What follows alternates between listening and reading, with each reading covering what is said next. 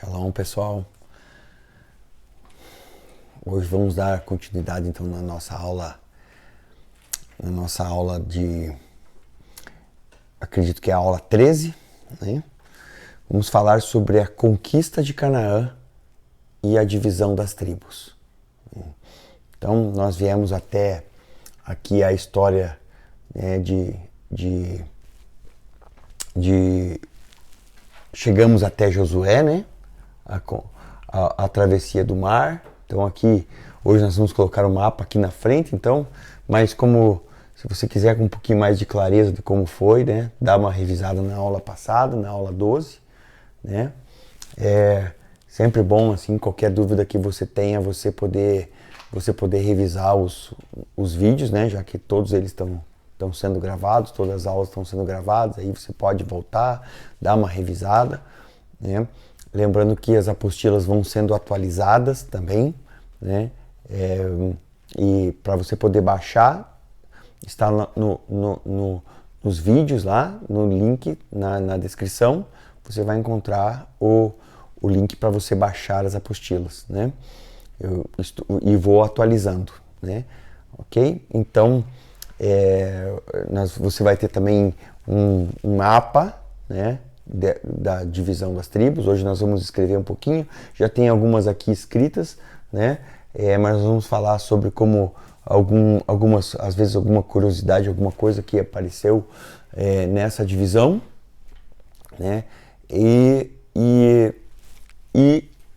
vamos avançar aqui a partir de Josué, né? Então fizemos a travessia, né, do Rio Jordão, né? Então, quando eles atravessaram aqui, né, vindo do lado de cá, né? Então, eles ficaram dando voltas, saíram do Egito, deram voltas aqui pelo deserto, né, do Negev, né? E lembrando que essa faixa aqui, uma faixa bem pequena, onde hoje ainda é a faixa de Gaza, ok? É uma faixa pequena, né?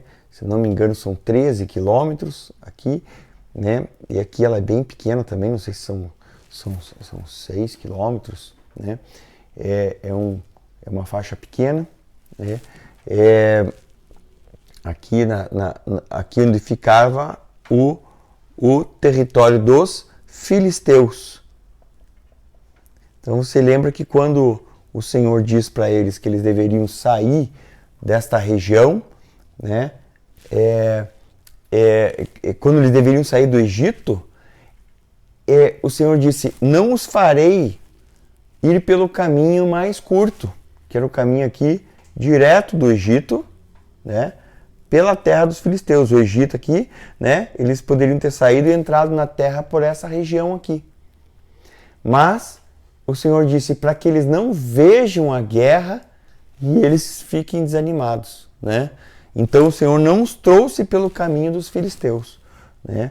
Esse caminho aqui seria um caminho direto na terra, mas eles já encontrariam direto, né? Já teriam guerra de uma maneira bem instantânea, né? Então o que isso nos fala, né? De que no começo, o começo da fé, né? Que é a saída do Egito, né? Muitas vezes nós vamos perceber ao mesmo tempo um desejo do inimigo de destruir aquele ser novo que está nascendo, porque está no começo, né? Está bem iniciando, né? Mas ao mesmo tempo um cuidado especial do pai, né? Cuidando para que ele não seja destruído, né? Então aqui eles ficam, né, numa parte desértica, né? Durante esses 40 anos, cara, eles ficam rodando, né? Até que por fim eles adentram a terra, ok? Aqui eles vencem, né?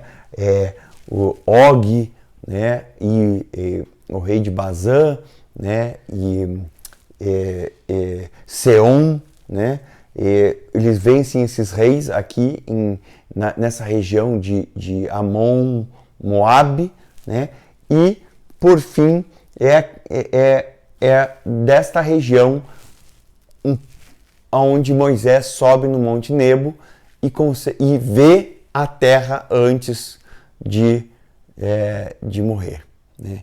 E aí é que Josué, né, é estabelecido como o sucessor, né? É Josué que vai os fazer passar para dentro da terra, né? Uma outra coisa interessante que tem aqui é que 2 tribos e meia, né, vão ficar para o lado de cá do Jordão, né, na Transjordânia, né? Então, eles vão ficar, a tribo de Gade, a tribo de Reuven, né? Ruben, Gade e meia tribo de Manassés. Então você vai ouvir falar isso, meia tribo de Manassés. Manassés teve uma parte para o lado de cá da terra, é um território bem grande. Então aqui o mapa ele já tem alguns desenhos aqui. Você pode esquecer esses desenhos aqui que estão por baixo. Esses desenhos, essas linhas aqui, são linhas mais modernas, né? Então a tribo de Manassés, ela está em toda essa região aqui, tá? É a meia tribo de Manassés que fica, ó. Ela é um território bem grande pro lado de cá do Jordão. O Jordão está descendo aqui. Aqui nós temos o Mar da Galileia, ok? Então aqui em cima temos o Kinneret, né? O Mar da Galileia, né? Por que Kinneret? Porque Kinnor é harpa, né? Então ele tem a forma de uma harpa, né? Então ele foi chamado de Kinneret ou Mar da Galileia, ok? Então, descendo, o Rio Jordão continua, então ele vem desde lá de cima, aonde é o Monte Hermon, ele desce do Monte Hermon e vai entrando aqui, né? Vai entrando na terra, é onde ele forma o Mar da Galileia, né? Do Mar da Galileia ele continua descendo até chegar aqui aonde nós temos o Mar Morto, tá? Ok? MM aqui. O Mar Morto, tá? É o lugar do Yam HaMelech. Yam não, esse aí seria o Mar do Rei. O Yam HaMelech, né?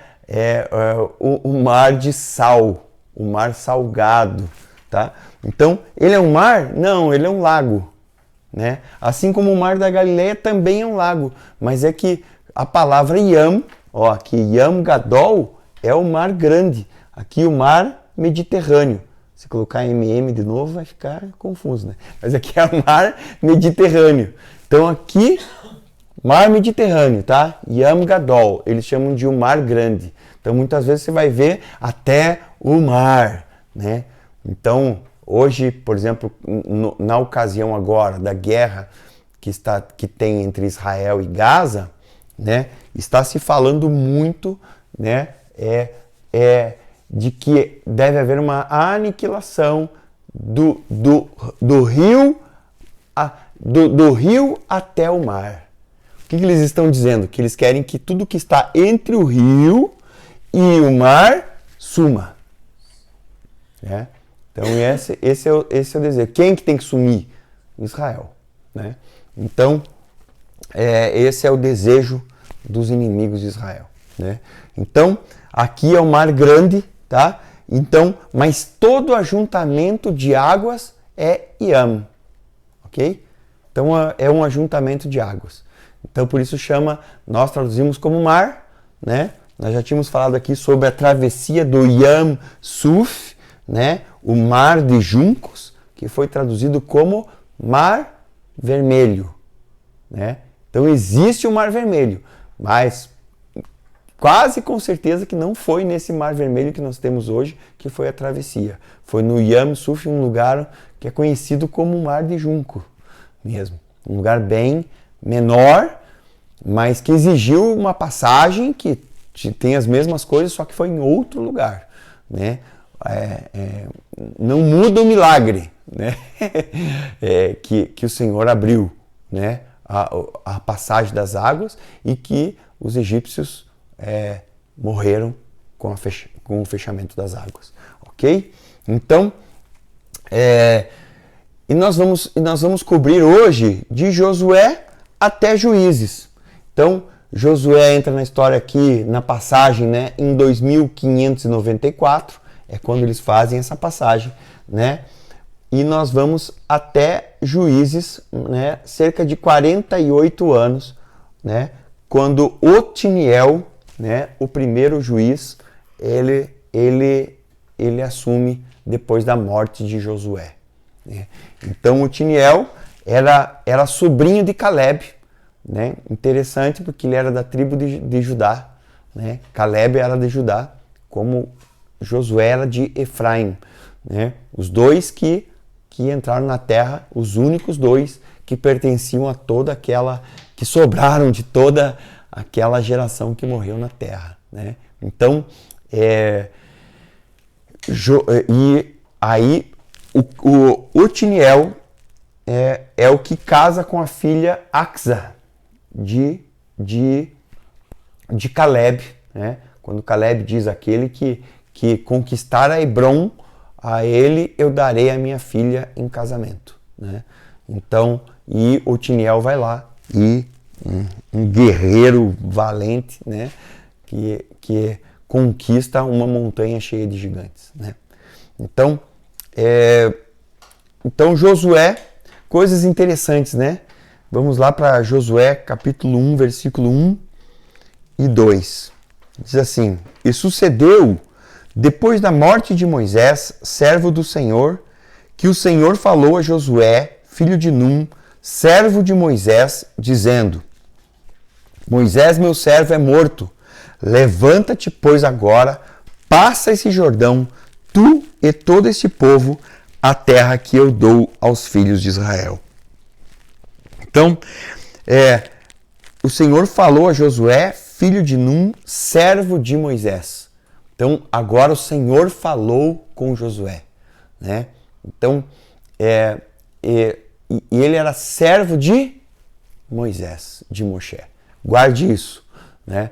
Moisés tinha um servo, né? Entre muitas pessoas que tinham no povo, né? Moisés tinha um servo, esse servo foi Josué.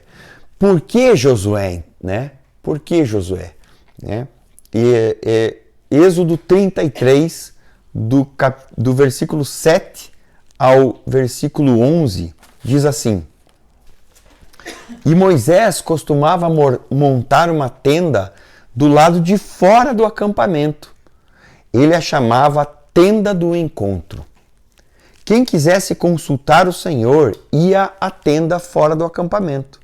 Sempre que Moisés ia até lá, todo o povo se levantava e ficava em pé à entrada de sua tenda, observando-o até que ele entrasse na tenda. Assim que Moisés entrava, a coluna de nuvem descia e ficava à entrada da tenda, enquanto o Senhor falava com Moisés. Quando o povo via a coluna de nuvem parada à entrada da tenda, todos prestavam adoração em pé, cada qual na entrada de sua própria tenda. O Senhor falava com Moisés face a face, como quem fala com o seu amigo. Depois Moisés voltava ao acampamento, mas Josué, filho de Num, que lhe servia como auxiliar, não se afastava do meio da tenda. Essa fala para mim é a fala que define Josué como sucessor de Moisés, né? Ele era o que, quer dizer, pensa o evento, né? Quão grandioso já era ter a coluna, né, de nuvem ou coluna de fogo no meio do arraial, né? No meio no tabernáculo, né? Mas quando o povo queria se consultar, ou Moisés queria falar com o Senhor, Moisés ia para a tenda do encontro, para uma tenda dele. E a coluna de nuvem se movia e ia até a tenda de Moisés. Moisés não ia para o tabernáculo, Moisés ia para essa tenda do encontro, cara. Arão funcionava, o sumo sacerdote, junto com os sacerdotes, dentro do tabernáculo, né? O sistema levítico, sacerdotal, né? Moisés falava, o Senhor falava com ele como alguém que fala com o seu amigo. E Moisés falava, e o Senhor falava, né? E quando terminava, Moisés saía, ia fazer outras coisas, mas Josué não saía do meio da tenda. A palavra falava betor, no meio da tenda, cara, né? Então, cara, o Josué é um cara que ele tinha essa espiritualidade, né? Quer dizer, Caleb, os dois eram guerreiros, né? Muito mais do que Moisés, né? Mas Josué essa fala de que ele estava no meio da tenda, nós vamos ver de pessoas, cara, que tinham uma comunhão com Deus, né? Depois nós vamos ver mais tarde Samuel, o menino Samuel, né? O pequeno Samuel, que dormia no Santo dos Santos, que dormia no santuário, né? Que dormia lá, né? Então, nós vamos ver um Davi que é encontrado no meio das ovelhas, já fazendo seus salmos, né? Então, a ideia da espiritualidade está sempre em oposição àqueles que assumem uma espiritualidade sem, né? Como Saul, por exemplo, que foi escolhido não por causa da sua espiritualidade, mas porque era alto, bonito, né? Forte e vistoso, né? Então, e eu, ao longo dos anos, tenho encontrado pessoas que só eram conhecidas pelo Senhor, né? Elas só eram conhecidas, ministros de louvor, pessoas, músicos que tinham uma vida no secreto. Eles não estavam buscando fama, né? E essa vida no secreto aparece. Ela tem consistência. Mais do que aqueles que buscam o microfone, do que aqueles que buscam né, o estar aparecendo, né, mas não tem a essência, né? Então, aqui nós vemos que Josué tinha essa essência, né? Seu nome, Yehoshua, ok? Pode ser encontrado também como Yoshua, sem o U aqui, né? E Yehoshua, né? Que significa aqui Ye, né? Essa primeira parte, Ye, é a mesma coisa que Yah, né? Yah, Ye, né? Yah é salvação. Ou, né, Yah salvará.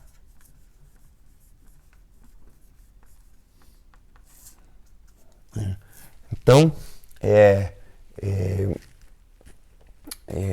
Ye ou Yo, às vezes vai aparecer, como Josadak, por exemplo. Yo, né, tem esse Yo. Então, seu nome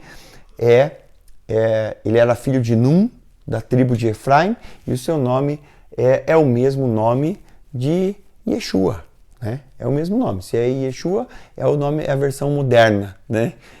É a versão, tinham muitos, era um nome bem comum, né? Yehoshua, Yeshua, né? em aramaico Yashua, né?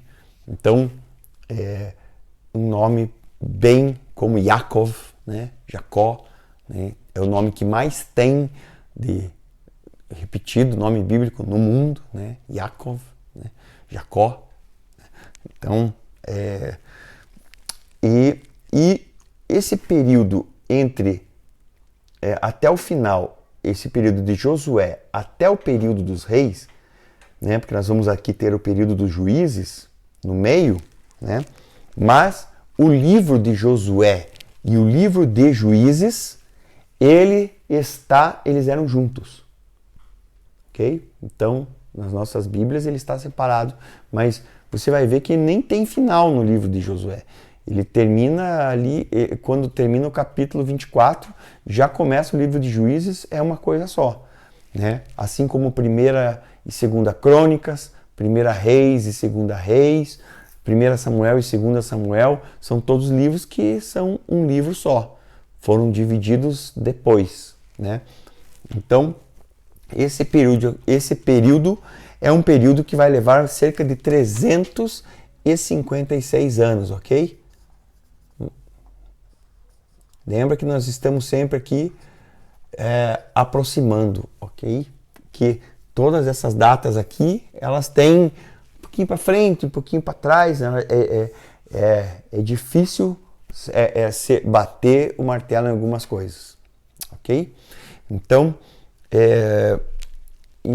aqui nós vamos até o período dos reis, que é quando o primeiro rei aqui, né? É o período do livro de Samuel, né? Então, em 2950, ok? Tá? Então, e de Josué a Otiniel, 48 anos, cerca de 48 anos, ok? Que é quando Josué morre e Otiniel assume, né? Assume não, mas ele se torna o primeiro juiz, né?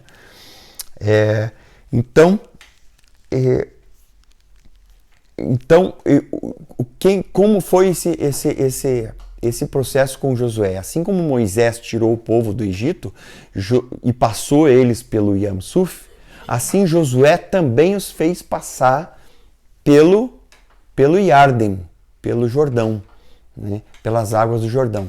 Então, é muito significativo, muito, para o nosso entendimento, que Moshe, não entra na terra. Moshe é o símbolo de um legislador, né? E o deserto é um símbolo de um lugar de peregrinação, de viver em tendas, um lugar de muita instabilidade, porque eles estavam sempre andando, eles não tinham lugar fixo. A própria ideia da tenda é uma ideia de algo móvel, né? O tabernáculo era algo móvel, mas a ideia de que o deserto não é um lugar de habitação, né? O Senhor tinha, por isso a ideia da terra prometida, uma terra que mana leite e mel. Então, vocês vão estar em um lugar, e esse lugar é o que está prometido. O deserto é um lugar de passagem. Muitas vezes eu escutei as pessoas, irmão, tá? Como é que tá? Tô no deserto. Passa 10 anos e a pessoa ainda está no deserto. Fala assim, irmão, você está sempre no deserto, né? O deserto não é um lugar de habitação. O lugar é um lugar de passagem, né? Então o Senhor leva ao deserto, alguém ao deserto, porque no deserto, apesar de ser algo, digamos assim, de ter uma instabilidade no sentido de você não poder, de que eles ficaram rodando nesse deserto, mas o deserto em si é um lugar muito estável. Quente de dia, frio à noite. É um lugar ordenado. As coisas estão sempre do mesmo jeito. E é um lugar de extremos. aonde a aprovação ela vai remover as divisas. No deserto interessa se você foi para o deserto, caminhou 3 dias, já não tem mais água, está acabando a água, já não tem mais comida. Interessam os teus diplomas? O teu nome fera, entendeu? Interessa o teu nome fera? Não interessa. Interessa as tuas riquezas? Cara, não tem água, não tem o que comer. Né? Você ter uma conta abastada, não interessa nada agora. Cadê o conforto da casa? Aonde estão as suas divisas? Eu sou um general de patente, né? Cara, tipo, o que significa isso? Nada. Então esse é o lugar aonde a pessoa ela é despida de tudo aquilo que é peso. No começo começa a carregar muita coisa, daqui a pouco já vê que tipo assim, cara, isso aqui não vou aguentar. E começa a esvaziar a mochila, né? Das suas dores, dos seus traumas, das suas inquietações, porque começa a viver somente para sobreviver, só o que realmente interessa. Então, o deserto é este lugar onde as divisas caem. Né? Então, por isso nós vamos ver homens, por exemplo, como Elias, né? E depois João Batista, cara, vestido com pele de camelo, cinto de couro. Homens, cara, assim, tipo assim, vivendo, cara, com o que tem. Cara, eles não estão inseridos dentro do mundo, sabe? Da moda, né? Eles não são fashion. Eles não são da cultura, do tá sempre, nossa, eu tenho que estar sempre atualizado com as paradas. Não. A eles só interessa uma coisa, aquilo que o pai está falando. Né? Então, eles estão livres desses esquemas do sistema. O deserto é o lugar mais antissistema que existe. Né? Então, ele é um lugar ao mesmo tempo, de ordem. Por isso que dentro da palavra deserto, que é a palavra midbar, nós temos davar, né? Davar, a raiz davar, que é palavra, né? Então, mesmo da raiz do nome Débora, né? A abelha. Por quê? Cara, a ideia de que ela está produzindo o que ela produz? O mel. O mel, um símbolo da Torá, um símbolo da palavra, um símbolo das escrituras, é o mel. Né? Então, o lugar é o que a abelha produz.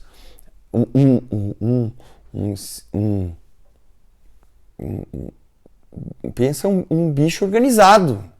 Pensa um animal, cara, que é, cara, cuja ordem, cuja organização, cara, é poderosa, né? Cara, todos sabem o que fazer, né? E interessantemente, né? Não sei se vocês sabem qual é a diferença entre a abelha rainha e uma abelha normal, né? Que a abelha rainha foi escolhida entre todas as pulpas, né? Entre todos os filhotinhos das abelhas. Ela era uma abelha normal, que foi alimentada com geleia real. Ela se torna uma abelha rainha. Né? Então, qual é esse alimento que transforma uma abelha operária numa abelha rainha? Qual é o alimento que transforma um servo de Deus num nobre espiritual? Por isso, interessantemente, João Batista se alimentava de gafanhotos e mel selvagem, mel silvestre. Será que esse cara comia bem a palavra de Deus? Será que ele sabia como remover?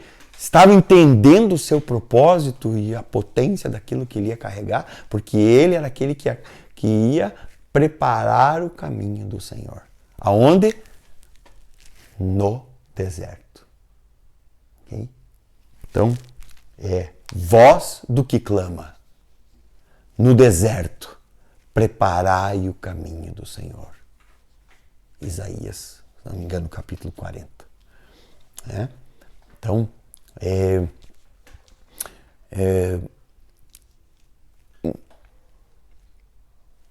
então já vimos a questão de que, né, da liderança de Josué, né? Ele foi um líder temido como Moisés, né? Diz assim: naquele dia o Senhor engrandeceu a Josué diante dos olhos de todo Israel e temeram-no como haviam temido a Moisés todos os dias da sua vida. Né? Então, versículo 14, né? E destruíram todas as cidades que eram centros de adoração idólatra. Então, muita gente quando muitos ateus ou muitas pessoas que querem ir contra as escrituras, cara, falam que porque Deus mandou matar os povos, mandou matar pessoas, mandaram matar. Cara, o Senhor tinha um objetivo em limpar a terra.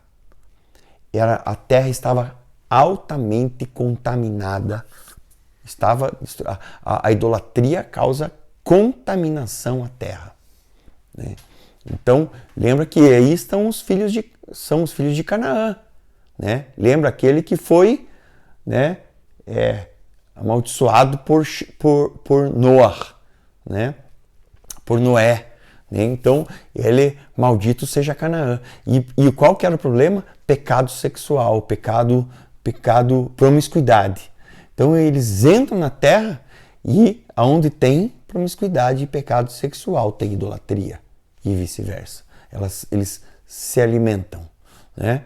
Então, aqui nós vamos ver uma questão em que a primeira cidade que eles vão lutar contra, né? E no caso nem vão lutar, porque a ideia da destruição de Jericó, né? Jericó é lua.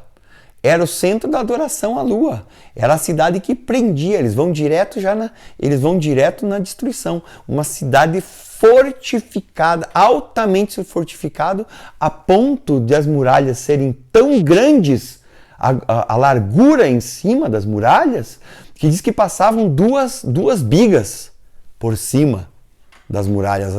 As muralhas eram muito grossas. Né?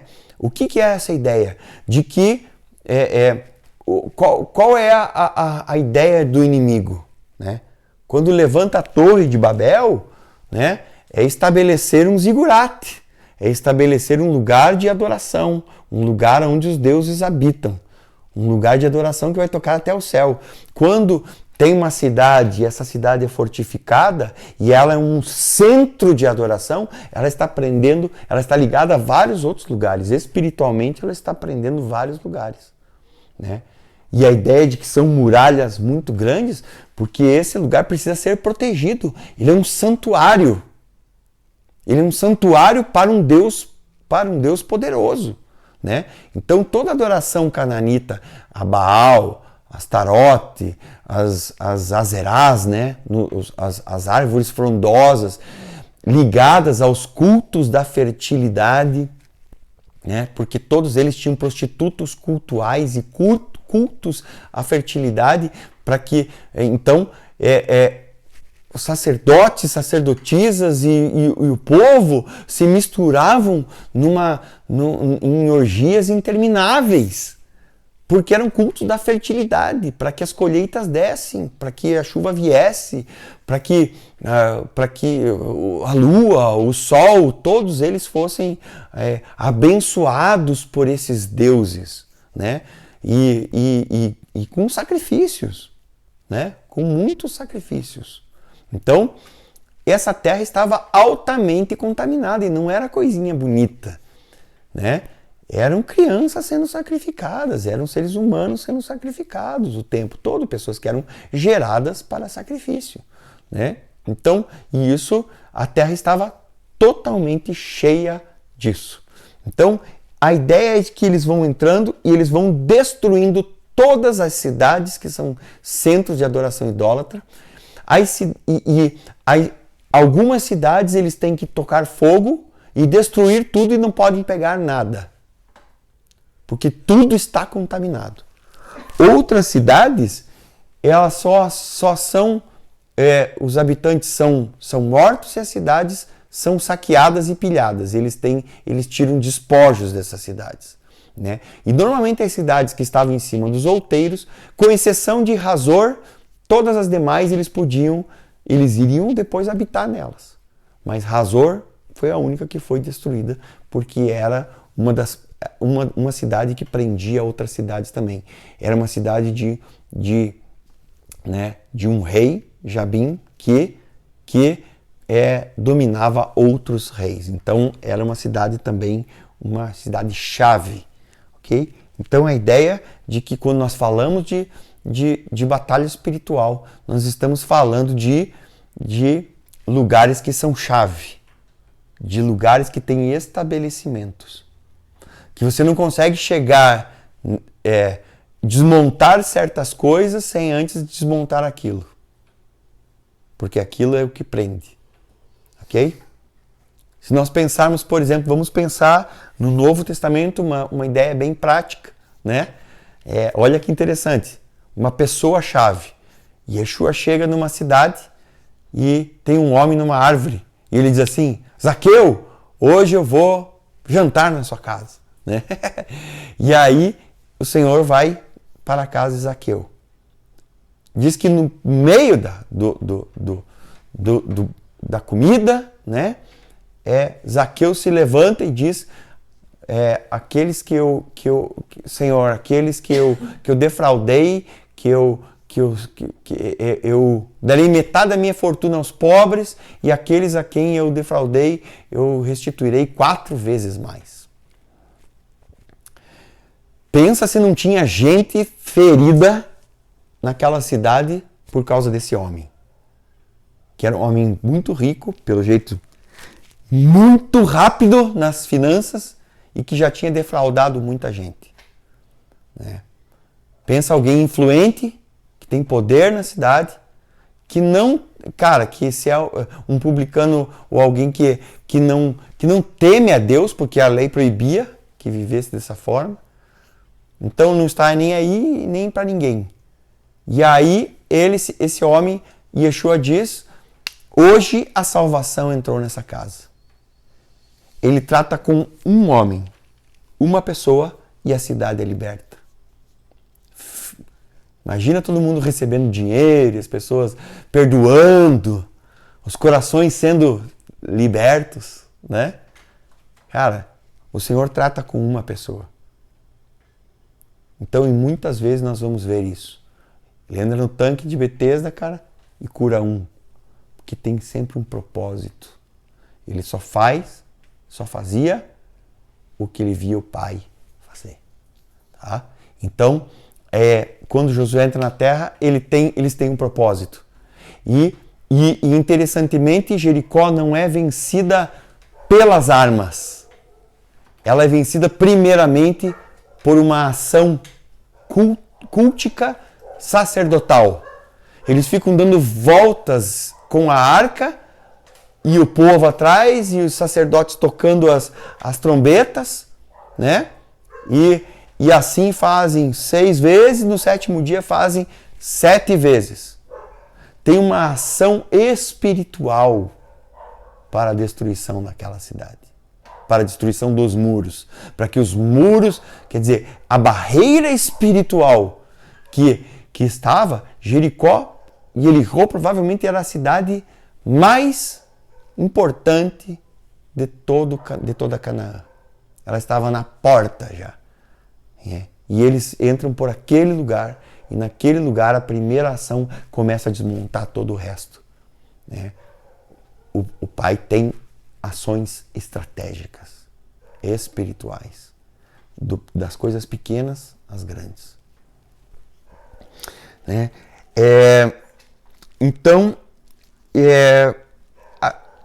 neste livro, né, nesse tempo, acontecem também as histórias de Juízes e também Ruth, ok?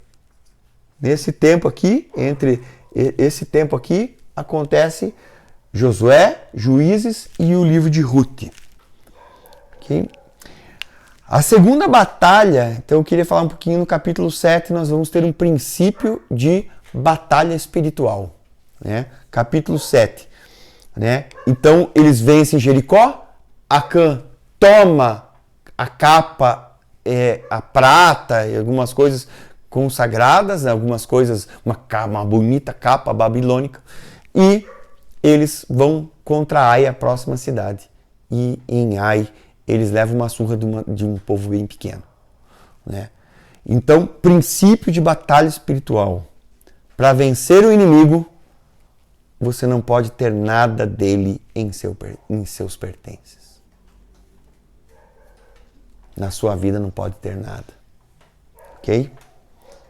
Yeshua vai nos dizer em João 14:30: já não falarei muito convosco, porque se aproxima o príncipe desse mundo, e nada tem em mim. Nada tem em mim. Não tem nada. Então, se ele não tem nada, ele não pode ir contra mim. Eu não tenho uma capa babilônica. Né? Eu não tenho ouro e prata que não são meus. Yeshua estava tão desprendido que até a bolsa do dinheiro, cara, do ministério, ele deixava na mão, deixou junto com o ladrão, com Judas. Né? De tão desprendido que ele estava, porque ele sabia que o Pai cuidava de tudo. Né? Então, ele não tinha medo. Então, depois de vencer a Ai, Josué levanta um altar no Monte Ebal e ali fala as palavras do livro da Torá para todo Israel. Então, eles vão para um lugar onde um dos primeiros lugares que Abraão chegou, em Shiquém, né? Shiquém, uma cidade que significa ombros, porque no meio, a cidade fica no meio de dois montes. Então, como se, né, o monte Gerizim e o monte Ebal. Então, ali ele ficou no carvalho de Moré, né? Como se fosse um carvalho, uma árvore, o carvalho do professor. Porque o professor frequentemente depois usou aquele lugar para ensinar a Torá, para ensinar os princípios de Deus, dizendo o Monte Gerizim e o Monte Ebal. Né? Dizendo porque Josué separou o povo em duas partes e ali proferiu bênçãos e maldições. Né? E no Monte Ebal ele colocou um altar de sacrifício. Né? Então, o sacrifício só existe para falar da ideia de pecado. Né? Nesse sentido, era o monte do pecado. Né? O lugar onde para falar das maldições, nós precisamos nos purificar. Né? Um lugar onde há derramamento de sangue para que haja relacionamento com o Pai. Né? Então, capítulo 9, o pacto gibeonita. Né? Então, essa é uma outra coisa que chama atenção no livro de Josué, porque quando eles chegaram na terra, aí eles começaram a destruir, a vencer vários reis, a destruir a idolatria. Então, os gibeonitas, ouvindo isso, né, eles saíram e disseram, fizeram um estratagema, vestiram roupas velhas, pegaram um pão bolorento e disseram, vamos lá até Josué. Vamos dizer que nós somos de um povo de estrangeiro, de muito longe, e que nós queremos fazer um pacto com eles, porque nós queremos servir a Yahweh. Né? E aí eles vêm, só que eles são de perto, eles não são de longe. Eles só não querem ser destruídos. E aí eles fazem esse pacto, enganam a Josué e todo o povo. Eles comem juntos, né? E firmam uma aliança de que Josué não vai destruí-los e vai ser com eles, né? E que um vai ajudar o outro. Isso era aliança. eu ajudo você, você me ajuda, né? Até depois eles descobrirem que os gibeonitas eram de perto, né? E eram um dos povos que não queriam ser destruídos. Então, eles comeram juntos. Princípio de aliança, né? É comer junto. Então eles comeram juntos e firmaram aliança, né? Então, Paulo vai dizer uma coisa interessante. Mas agora, 1 Coríntios 5:11. Mas agora vos escrevi que não vos associeis com aquele que, dizendo-se irmão, for fornicador, avarento, ou idólatra, ou maldizente, ou beberrão, ou roubador. Com o tal nem comais. Ele depois vai continuar o texto dizendo assim, não vos digo para você não comer com o ímpio, com aquele que não conhece. Porque senão, como é que você vai ser luz se você não comer com esse? Estou dizendo para você não comer com aquele que se diz irmão e é fornicador, avarento ou idólatra, maldizente, beberrão ou roubador. Com o tal nem comais. Tá? Olha que parada séria. Por que ele está dizendo não comais? Porque quando você come, você está fazendo aliança. Entende que para ele está pegando um princípio lá de trás, dizendo, cuidado se não fazer aliança com qualquer um. Né? Entenda a questão da comida, porque todas as alianças, né? As alianças com Deus, todas as coisas com o Senhor, de alguma forma, tem comida. Tem churrasco, animal sendo sacrificado, queimado, né? Então sempre tinha a ideia de que eles cortavam os animais, e depois comiam, né? Então, e isso vai se repetindo, né? O Pessach, vocês mataram o cordeiro, comeram às pressas e depois viram o quê? A ceia do Senhor. Depois vai ter umas bodas, né? E Yeshua vai dizer assim, não beberei novamente do fruto da vida até que eu beba ele novo no reino do meu Pai. Quer dizer, tem comida. Tem comida, né? Ah, não, mas olha, Alexandre, o corpo renovado, o corpo novo, o corpo cara... Não, Yeshua ressuscitado comeu peixe e mel. Então né? Teve comida, porque se o corpo dele não precisava de comida, por que ele comeu? Né? Então, a questão, né? Princípio de aliança, cuidado com a comunhão. A comunhão é algo tremendo, algo poderoso, né? A conquista da terra se passa nos termos da desapropriação dos povos que lá residiam, né? Já falamos sobre isso, sobre as cidades-chaves, né? E também a destruição dos anaquins, né? Eles eram contados como refaíns e também descendentes dos nefilins, de Gênesis 6, do 1 ao 4. Lembra da história de que os filhos de Deus tomaram das filhas dos homens todas as mulheres que eles quiseram, né? E delas geraram filhos. E aí vai dizer assim, os nefilins estavam na terra, antes e depois, né? Os nefilins é a palavra traduzida como gigantes, né? Já falamos sobre isso talvez lá quando falamos de Noah, né?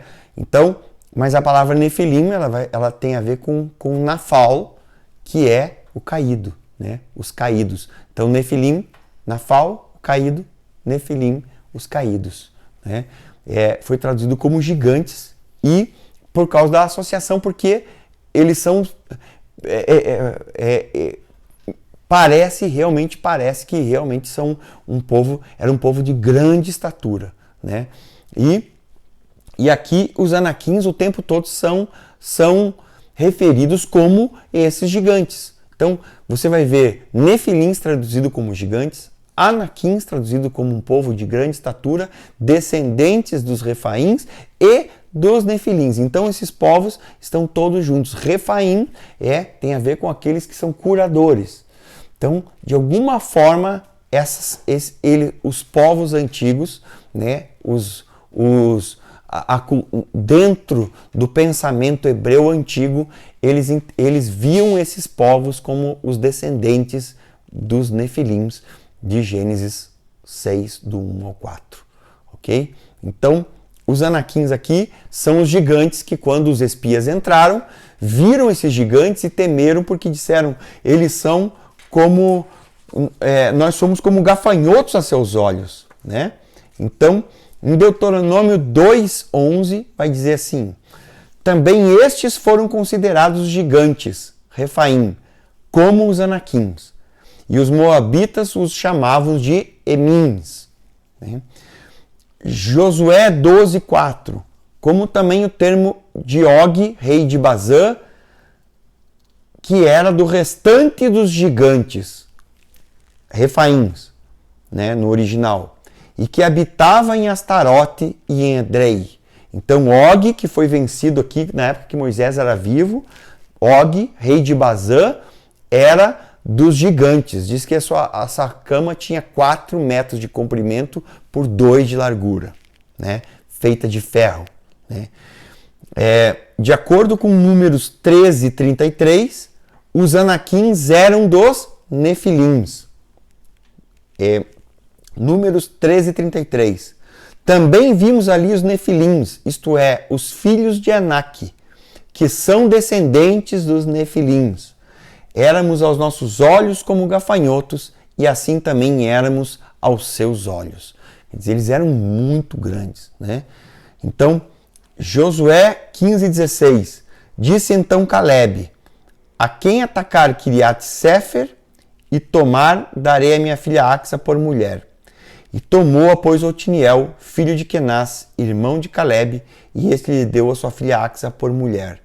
Então, é interessante porque ele tem que vencer, ele tem que atacar Kiriat-Sefer e esses lugares onde tinham gigantes também. Né? Então, um homem corajoso acabou se tornando o primeiro dos juízes. Ok? Então, e outra coisa interessante com respeito aos juízes, ao primeiro dos juízes, é que ele era de Judá. Judá está sempre à frente das outras tribos. Está sempre à frente nessa movimentação.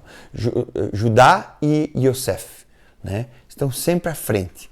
Né? Assim como a gente falou das bênçãos deles. Né?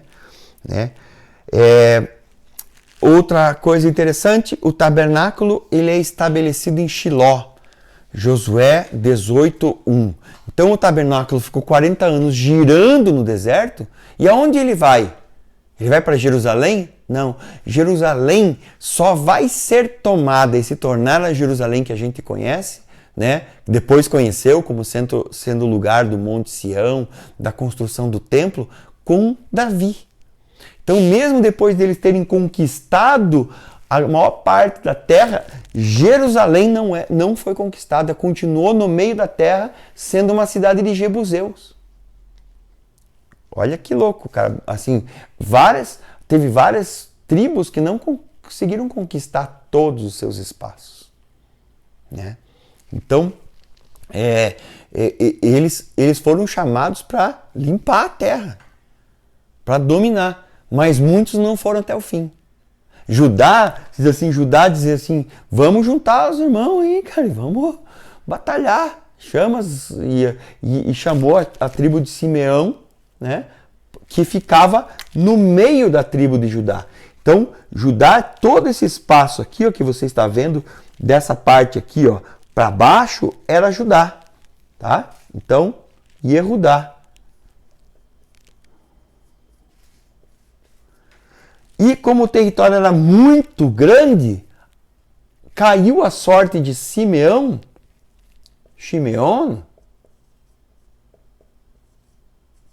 dentro do território de Judá. Né? E isso é interessante porque Shimeon significa ouvir, né? Aquele que ouve.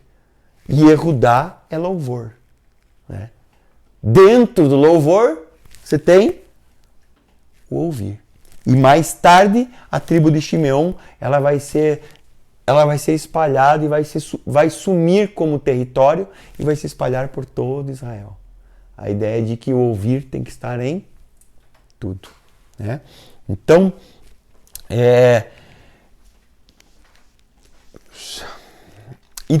o tabernáculo é estabelecido em Shiló, né?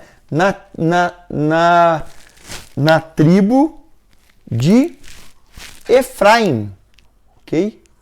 Efraim. Então, esquece esse Jerusalém grandão aqui, tá? Isso aqui é só para mostrar que Jerusalém está na tribo de Benjamim aqui, tá?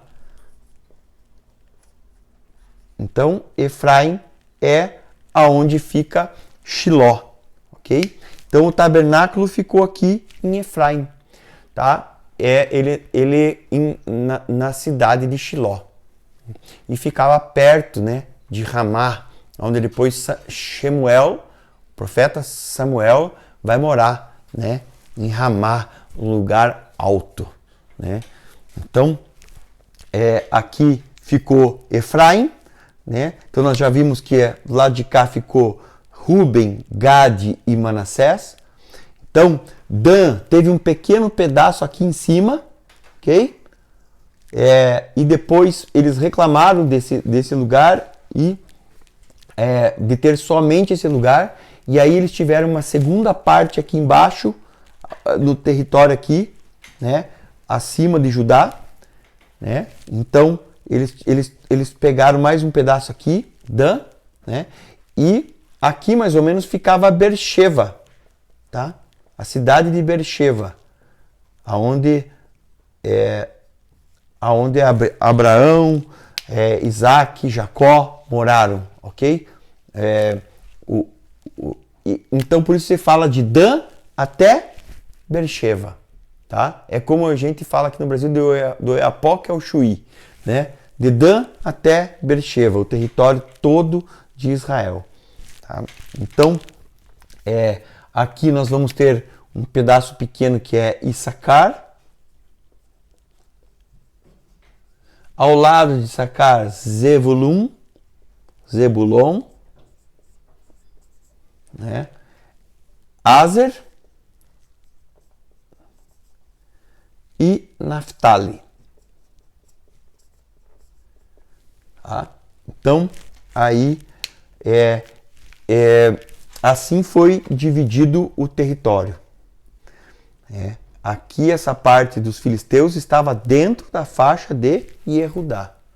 Tá? Então, só foram dominados também os filisteus na época de Davi. Né?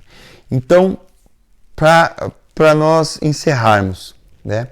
Então, dos capítulos 13 ao 19, né, de Josué, então o começo até o capítulo 12, né, até o capítulo 12, nós temos a tomada da terra, a conquista, ok? Conquista. E dos capítulos 13 ao 19, nós vamos ter a divisão das tribos.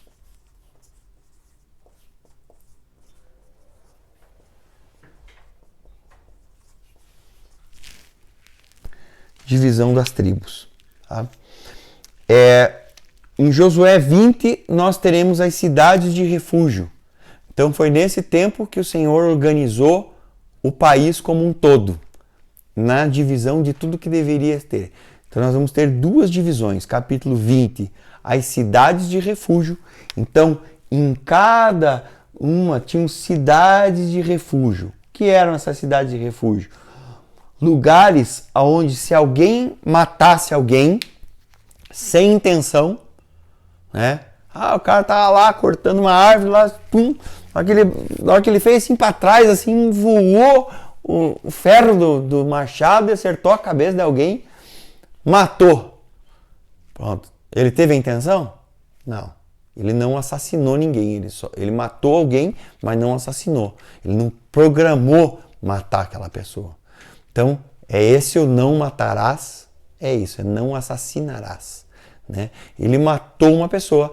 Então, pela lei, todo que matasse alguém, agora o primo daquele cara que morreu, pode matar esse cara que estava aqui com o machado.